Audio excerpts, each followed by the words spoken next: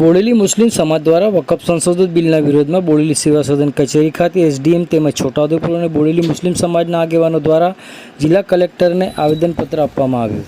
બોડેલી તેમજ છોટાઉદેપુર મુસ્લિમ સમાજ દ્વારા વકફ સંશોધન બિલના રદ કરવા માંગ કરવામાં આવી.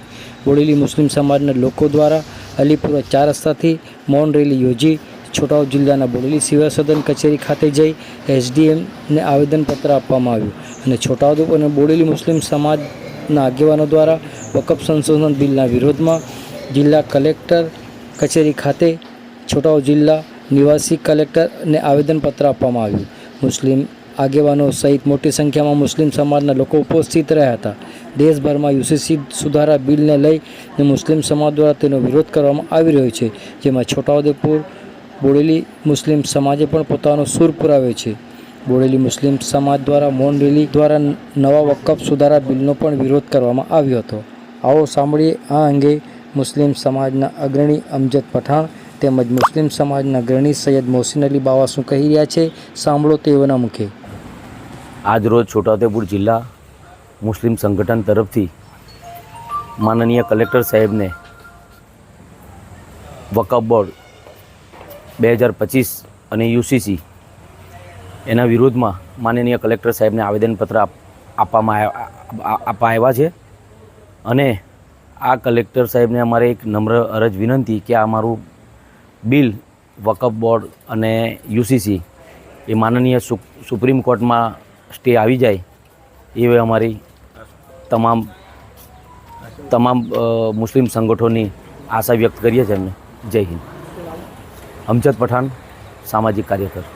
રોજ મુસ્લિમ સમાજ બોડેલી તેમજ આજુબાજુના તમામ ગામોમાંથી એક આવેદનપત્ર પ્રાંત સાહેબની ઓફિસમાં આપવામાં આવ્યું.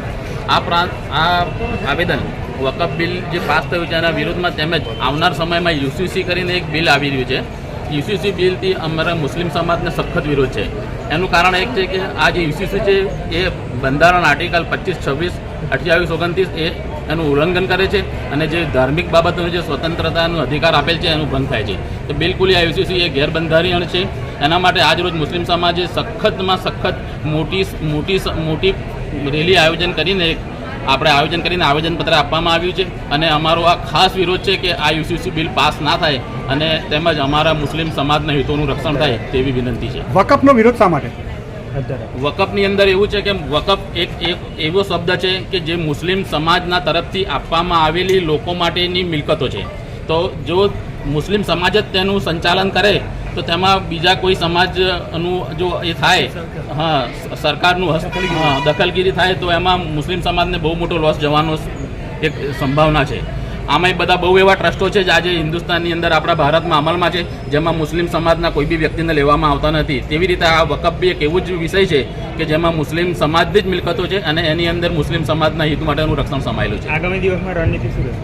બસ આગામી દિવસોમાં અમારે એક જ રણનીતિ છે કે અમે આવનાર દિવસોની અંદર આ ઉચ્ચ કક્ષાએ આની રજૂઆત કરીશું તેમજ ગાંધી ચિંધ્યા માર્ગે અમે આંદોલન કરીશું. શું નામ? સૈયદ મોહસિન અલી.